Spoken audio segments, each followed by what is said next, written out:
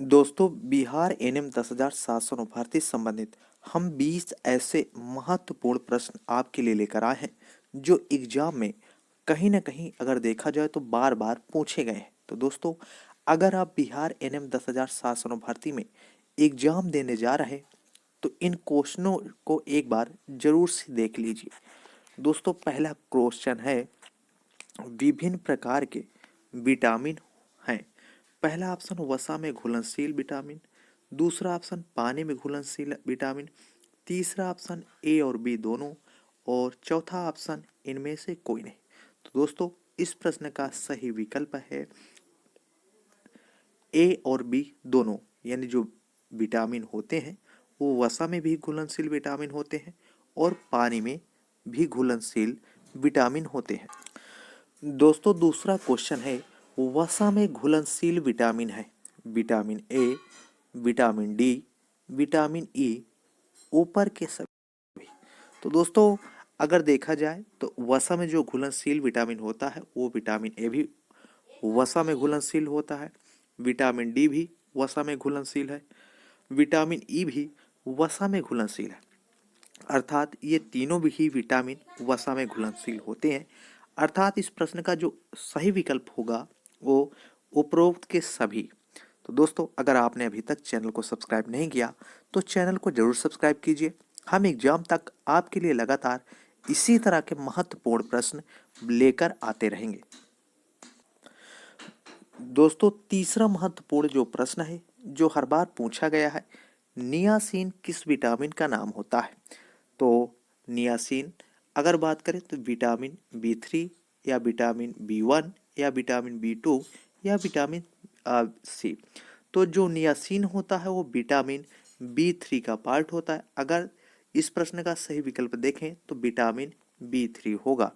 दोस्तों, चौथा प्रश्न है, उस विटामिन का नाम बताइए जो हमें पेलाग्रा रोग से बचाता है।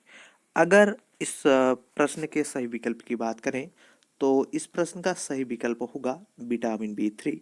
अर्थात विटामिन बी 3 ही हमें पेलाग्रा रोग से बचाता है।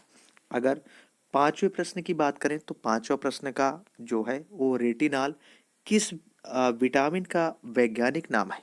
तो रेटिनॉल किस विटामिन का वैज्ञानिक नाम है। अगर देखें तो इसमें चार ऑप्शन है, vitamin A, vitamin D, vitamin के, विटामिन सी। तो रेटिनॉल जो नाम है वो विटामिन ए वैज्ञानिक का नाम है। तो इसका सही विकल्प जो होगा वो विटामिन ए होगा। दोस्तों, इसी तरह अगला प्रश्न है, विटामिन सी पाया जाता है। पहला ऑप्शन टमाटर में, दूसरा ऑप्शन पपीता में, तीसरा ऑप्शन अमरूद में, और चौथा ऑप्शन ऊपर के सभी। तो दोस्तों, अगर देखा जाए विटामिन सी जो होता है वो टमाटर में भी पाया जाता है। टमाटर में भी विटामिन सी की मात्रा उपस्थित होती है, पपीता में भी विटामिन सी पाया जाता है और अमरूद में भी विटामिन सी पाया जाता है। इस तरह देखा जाए तो तीनों विकल्प में विटामिन सी की मात्रा मौजूद है। इसलिए इस प्रश्न का जो सही विकल्प होगा वो चौथा होगा। अर्थात ऊपर के सभी ऑप्शन में विटामिन सी मौजूद होता है। अगला प्रश्न है, विटामिन ए की खोज किस वर्ष की गई थी। तो विटामिन ए की खोज क्या 1910 में की गई थी, 1912 में, 1922 में, 1927 में। तो दोस्तों, अगर देखा जाए तो विटामिन ए की खोज जो की गई थी वो 1912 में की गई थी। विटामिन ए को 1912 में विटामिन ए नाम दिया गया था, इसलिए इसकी जो खोज है वो 1912 में मानी जाती है। अगला प्रश्न है, किस विटामिन की अधिकता से लीवर खराब हो जाता है। दोस्तों, ये मोस्ट इंपॉर्टेंट क्वेश्चन है।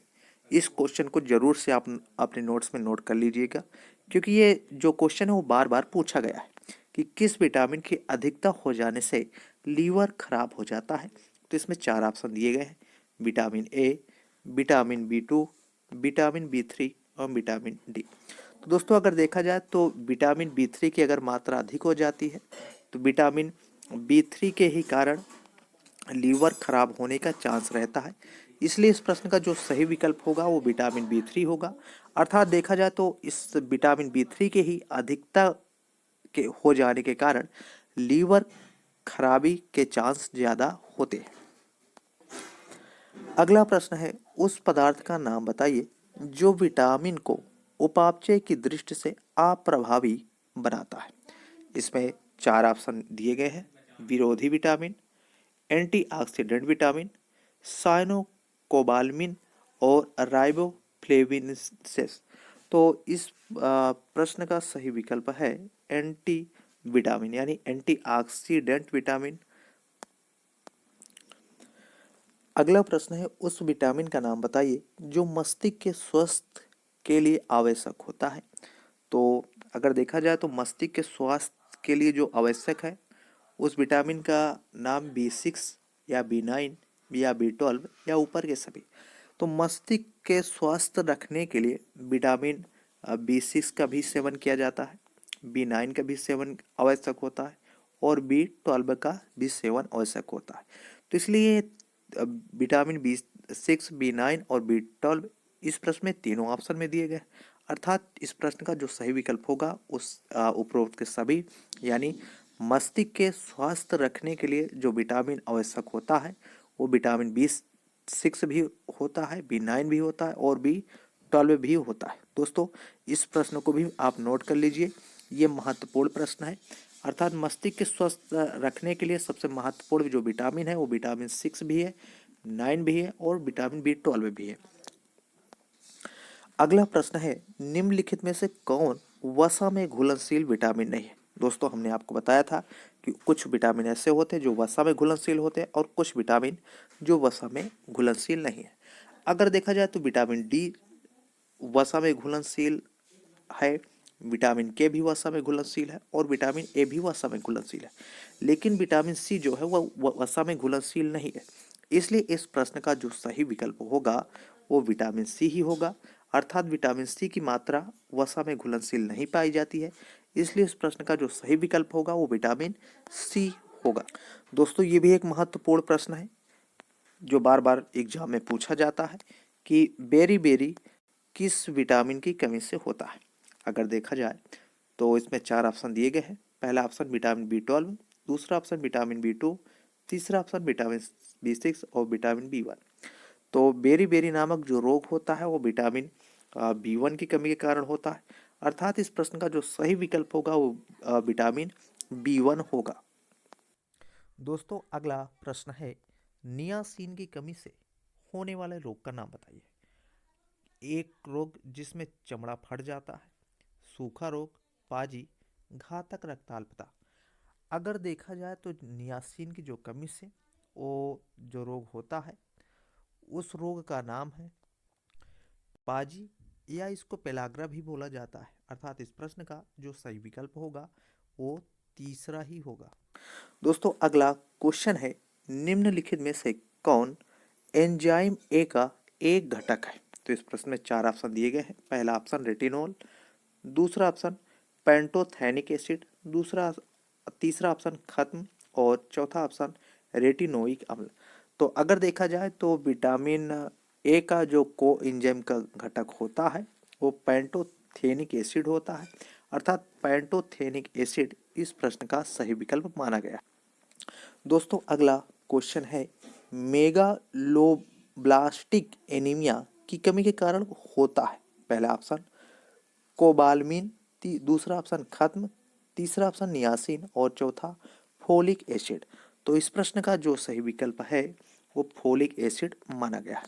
दोस्तों अगला प्रश्न है, निम्नलिखित में से किस विटामिन को कोबालिन के नाम से जाना जाता है। तो इसमें चार ऑप्शन दिए गए हैं। Vitamin B11, vitamin B12, vitamin B6 और विटामिन B2। तो इस प्रश्न का जो सही विकल्प होगा वो विटामिन 12 ही होगा। अर्थात विटामिन B12 को कोबालिन के नाम से जाना जाता है और इसको विटामिन B12 भी बोला जाता है।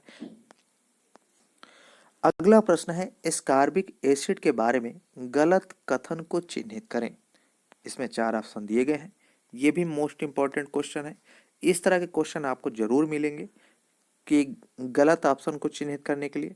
तो इसमें जो पहला ऑप्शन है, यह एक मजबूत कम करने वाला एजेंट है। तो ये सही है।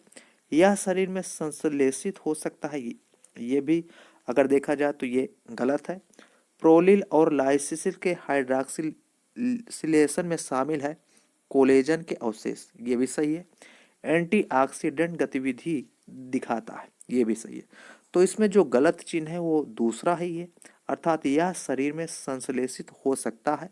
तो इस प्रश्न का जो सही विकल्प होगा वो दूसरा होगा, अर्थात इस कार्बिक एसिड के बारे में जो गलत चिन्ह है वो है यह शरीर में संश्लेषित हो सकता है। तो दोस्तों इस तरह के क्वेश्चन आपको 2-3 जरूर मिलेंगे जिसमें ये पूछा जाएगा कि गलत चिन्हों को पहचानिए या सही चिन्हों को पहचानिए। तो इस तरह के क्वेश्चन का जो रिवीजन है वो आप लोग जरूर से जरूर कीजिए। अगला प्रश्न है, उस विटामिन का नाम बताइए जो हार्मोन के साथ साथ दृश्य वर्णक के रूप में भी कार्य करता है, अर्थात थायमीन पहला ऑप्शन, दूसरा ऑप्शन राइबोफ्लेविन, तीसरा ऑप्शन रेटिनॉल और चौथा ऑप्शन फोलिक एसिड। तो उस हार्मोन्स का नाम है जो दृश्य वर्णक के साथ कार्य करता है। अगर देखा जाए तो इस प्रश्न का जो सही विकल्प होगा वो रेटिनॉल होगा। रेटिनॉल एक हार्मोन्स के साथ साथ दृश्य वर्णक के रूप में भी ये कार्य प्रदर्शित करता है। दोस्तों ये महत्वपूर्ण प्रश्न है, निम्नलिखित में से कौन सा विटामिन हार्मोन अग्रदूत के रूप में कार्य करता है। ये क्वेश्चन 2-3 बार पूछा गया है और मेडिकल से संबंधित चाहे एनएचएम के लिए हो या फार्मासिस्ट के लिए हो, हर वैकेंसी में ये क्वेश्चन बार बार रिपीट हो रहा है। इसलिए इस क्वेश्चन को जरूर नोट कीजिए कि कौन सा विटामिन है जो विटामिन हार्मोन्स अग्रदूत के रूप में कार्य करता है। अगर देखें तो विटामिन सी अग्रदूत के रूप में कार्य नहीं करता, तो विटामिन ए भी अग्रदूत के रूप में कार्य नहीं करता, विटामिन के भी नहीं करता। अगर देखा जाए तो विटामिन डी ही जो अग्रदूत के रूप में कार्य करता है। दोस्तों अगला प्रश्न है, उस विटामिन का नाम बताइए जो रक्त के थक्के जमने में भाग लेता है। दोस्तों इसमें 4 ऑप्शन दिखाई दिए हैं। पहला ऑप्शन विटामिन ई गलत है, दूसरा ऑप्शन विटामिन के सही है, तीसरा ऑप्शन विटामिन डी और चौथा ऑप्शन विटामिन फ्लोइक एसिड। तो इस प्रश्न का देखा जाए विकल्प जो होगा वो विटामिन के ही होगा। विटामिन के ही कारण रक्त के थक्के जमने में भाग लेता है। तो दोस्तों ये था महत्वपूर्ण 20 प्रश्न जिनके माध्यम से आप तैयारी करके एएनएम एग्जाम 10,709 भर्ती प्रक्रिया में जरूर से जरूर सिलेक्शन पा सकते हैं। और दोस्तों अगर बात करें तो विटामिन से संबंधित आपको लगभग 3 से 4 क्वेश्चन जरूर देखने को मिलेंगे। अगर आप विटामिन का पूरा सिलेबस कंप्लीट कर लेंगे तो हो सकता है 3 से 4 क्वेश्चन आपको जरूर अटेंड हो जाए और एएनएम 10,709 भर्ती प्रक्रिया में आपका सिलेक्शन हो जाए।